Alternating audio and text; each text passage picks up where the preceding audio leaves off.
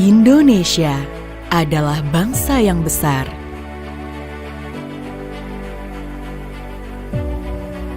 Berhak untuk masa depan dan harapan yang besar. Berawal dari mimpi yang besar, kami persembahkan untukmu negeri. Paragon Technology and Innovation. Hello and good day, everyone. We're from Syndicate 3, Blemba 29 of SBM ITB. Welcome to our discussion on scenario planning of PT Paragon Technology and Innovation, or Paragon.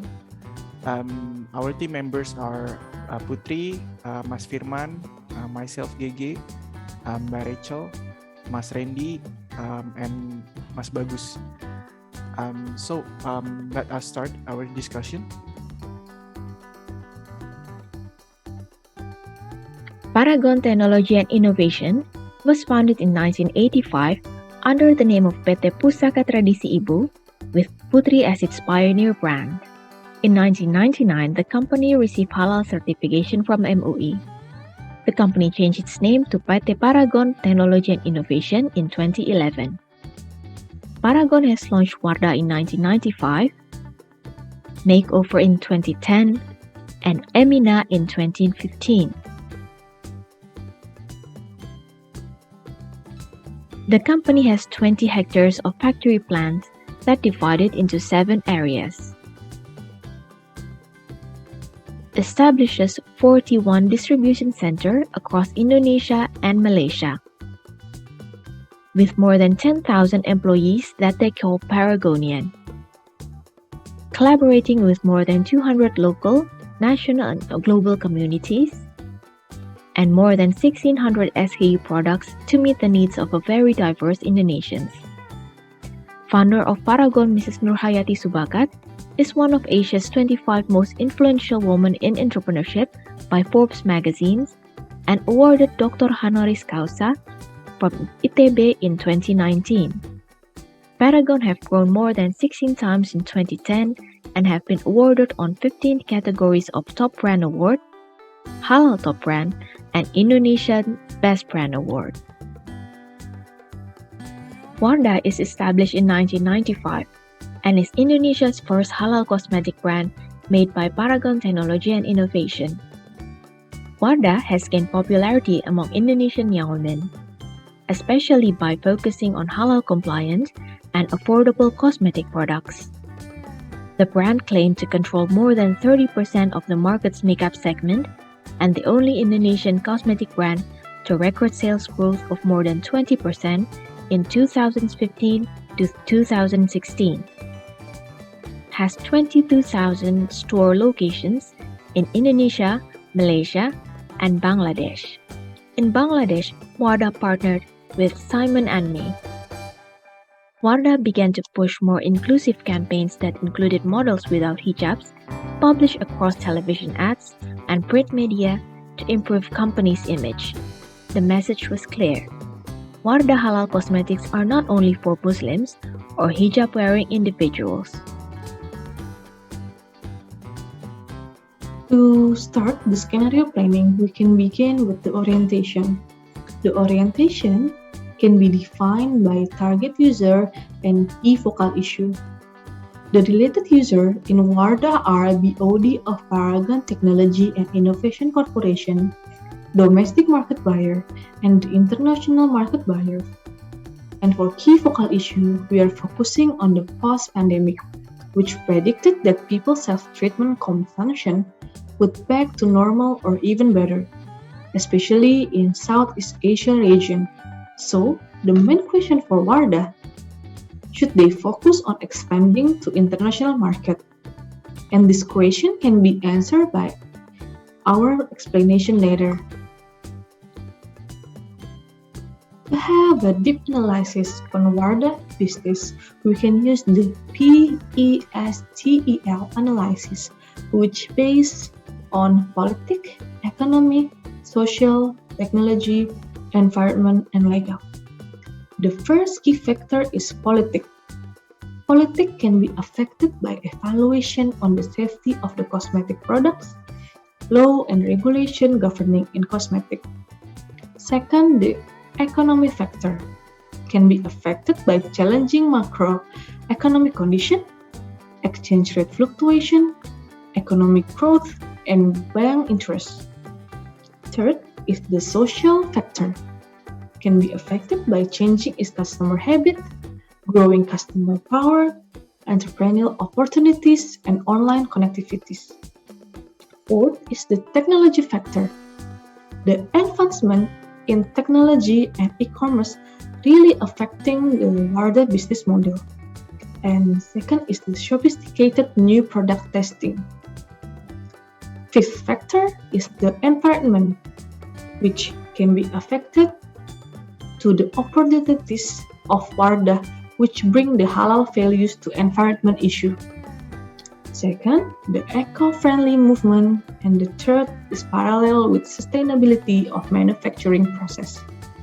The last factor is legal, can be affected by increasing halal certification, and the last is import and export regulation, also the taxation regulation. Thank you. Hi everyone, on this part we will discuss about business environment driving forces. A driving forces is an environmental factor that drives a possible outcome of critical uncertainty. It identifies which driving forces have the most impact and which are the most difficult to predict or most uncertain. Forces need to be ranked and plotted in the impact or uncertainty matrix, and the two highest ranking clusters are identified. And it is divided into three criteria for the driving forces, such as first one, organization environment, second is the transactional environment, and the third one is contextual environment.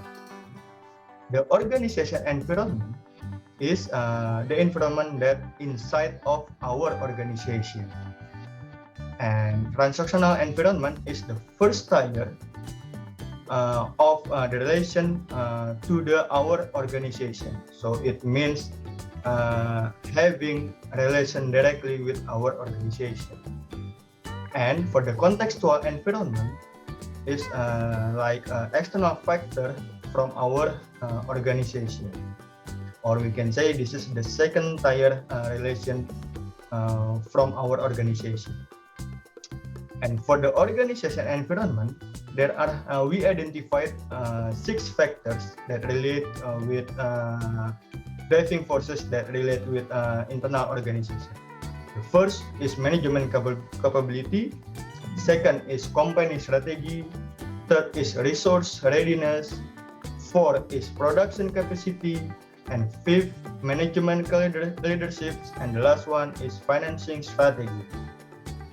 And for the transactional environment, there are forces of driving forces. The first one is domestic competitiveness, second is supply availability, third is international trade, and fourth is the customer behavior. And in contextual environment, our syndicate identified 4 factors or 4 forces. The first one is Southeast Asia economic condition. Second is government regulation. Third is post-pandemic situation. And the last one is economic policy for each respective countries in Southeast Asia region. The next step is how to define critical uncertainties. We need to review and rank those driving forces to consider the scenario direction that can go various ways in the future. We need to put that on the X and Y axis, which the X-axis showing for the impact factor, which is the more on the right side, it will represent the higher value of the impact. Then the Y-axis is shown for the uncertainty factor, which the upper side will represent for the higher uncertainty. And next, in summarize, that after rank of those driving factors, we are getting the top 3 of the most critical factors, such as the first one, the most critical one. We conclude that Southeast Asia economic condition. This is the first position because this factor has the highest impact and the highest uncertainty value. The second is domestic competitiveness. And the third one is economic policy for each respective countries in Southeast Asia region. So, as Mas Randy already explained about the critical uncertainties, we ranked those uncertainties and choose the top 2 of those factors. We can see here that the first factor, the first driving forces is Southeast Asian economic condition. We put those factor in x-axis from negative growth into the positive growth, and then the second forces was the domestic competitiveness. We put that into the y-axis from low to high. And creating those diagram, we get 4 scenarios here. Starting from the top left, we called it chaos scenarios. It was the pessimist condition. The market share gap is tight between industry players since the domestic competitiveness is high. And then the Wardah as a brand is no longer in the top of mind of consumer. And then the condition, global condition of COVID, the COVID positivity rate is still high. And then from the economic condition indicator, we have negative growth of GDP, high inflation rate, and then the high unemployment rate. And then from the supply factor, we expect that the raw materials availability is low. And then of course, since we have negative growth of economic condition, the customer spending power will decrease. So that's why we called it chaos scenarios. And then the second scenarios in the bottom left of the diagram, it was the no excitement. It's business as usual. Companies competing within the market remains the same, so no strong new entry or player in the industry.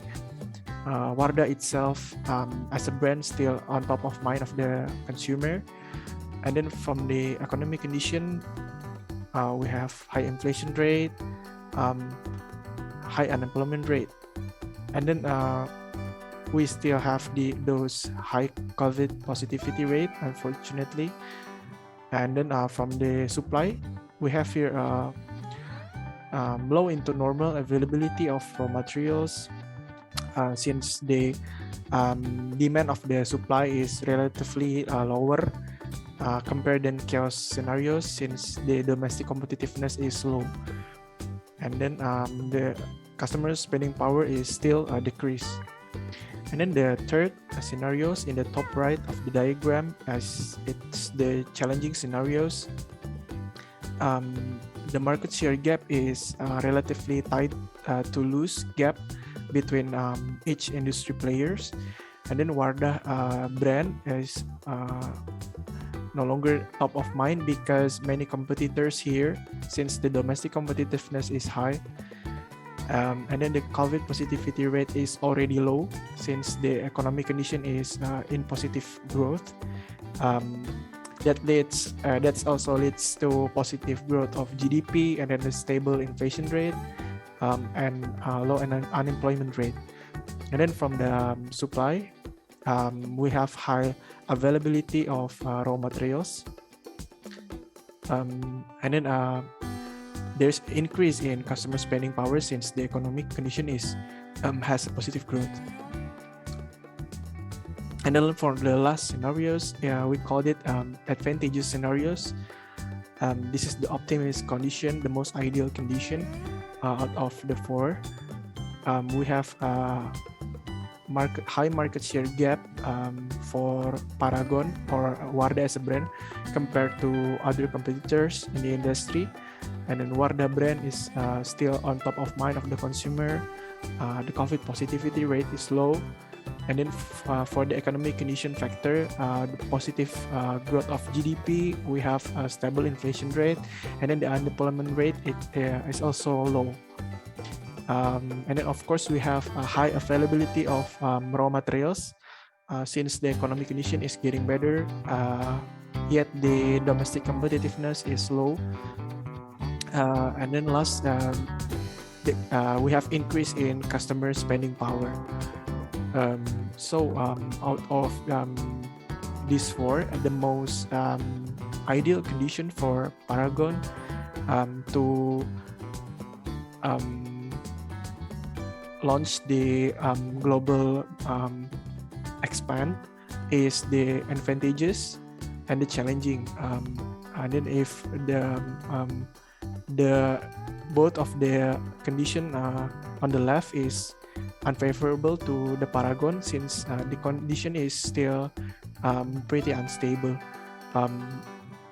Next will be explained further for these driver force uncertainties by other members. Thank you.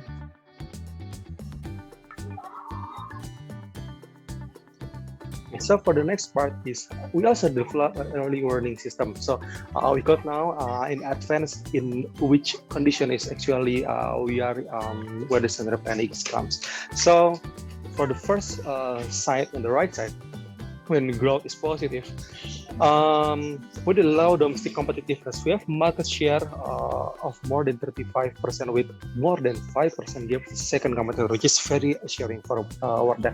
And Wardah is still on top of mind, nominated as top brand, with less than 10% of raw material supply delayed and less than 10% of provided demand or target production.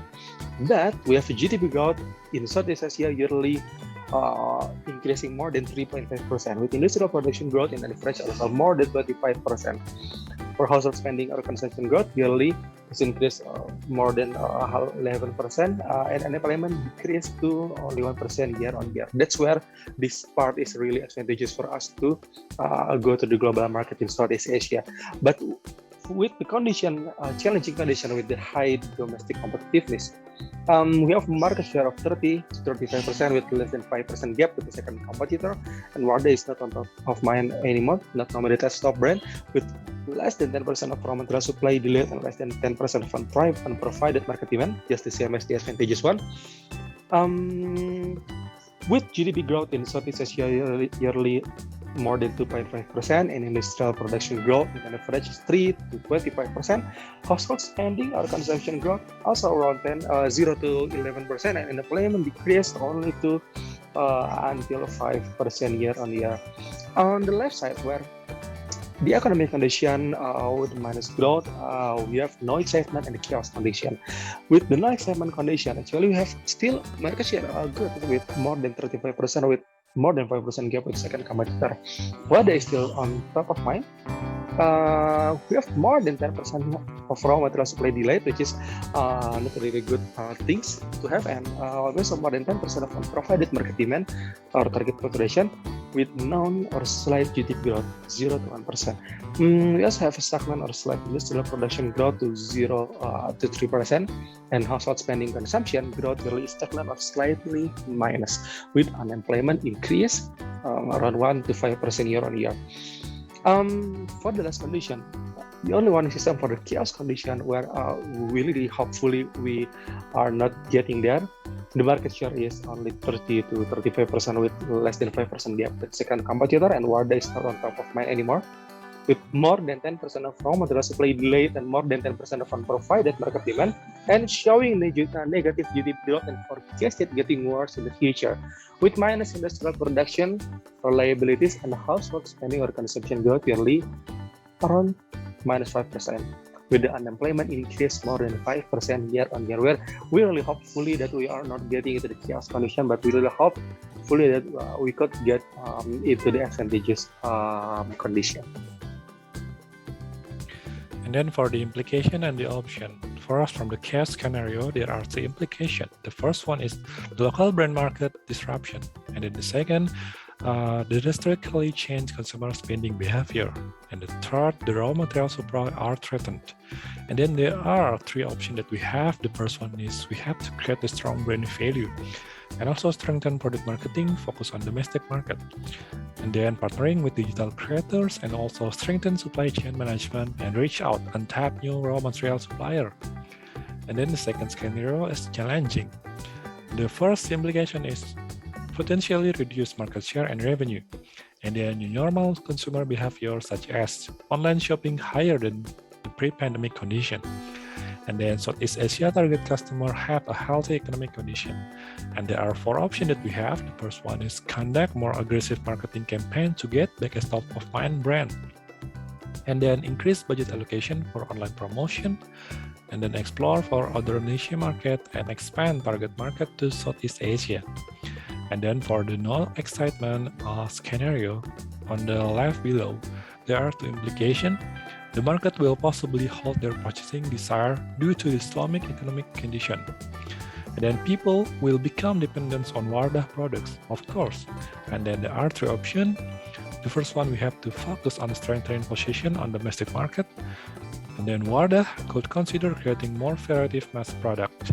And then getting prepared to expand the market once the economic bounces back. And the last, the most favorable and advantageous scenario, the first implication is Wardah market share in domestic market is secured, still leading without significant threat from other competitors. And then the appropriate level of supply availability, and then Southeast Asia target customer have a healthy economic condition. The options are obviously Wardah should definitely start to proceed on expanding to C market. And then Wardah needs to analyze which country should be chosen to expand first based on market size, economic condition, and competition landscape. And then for the integration, first, this will start from global pandemics handling, not just Indonesia, but also in Southeast Asia. From this, it will impact to the two options. The first one, economic growth in Southeast Asia, and also it will impact to the global market stability. From economic growth in Southeast Asia, it will also influence society's purchasing power and also the stability of demand and market share and revenue. Back from economic growth, it would also be obviously weaken expanding overseas, which also will be impacted to the market share and revenue, and also eventually to the employment rate. This employment rate also influenced by competitiveness in similar industry. And then from this employment rate, eventually it would looping back to the economic growth in Southeast Asia. This is the integration in PT Paragon or Wardah. So I think that's all from Syndicate 3. Hope this whole presentation will be very useful to us in preparing the business planning in such uncertain condition like pandemic. Thank you and have a good day.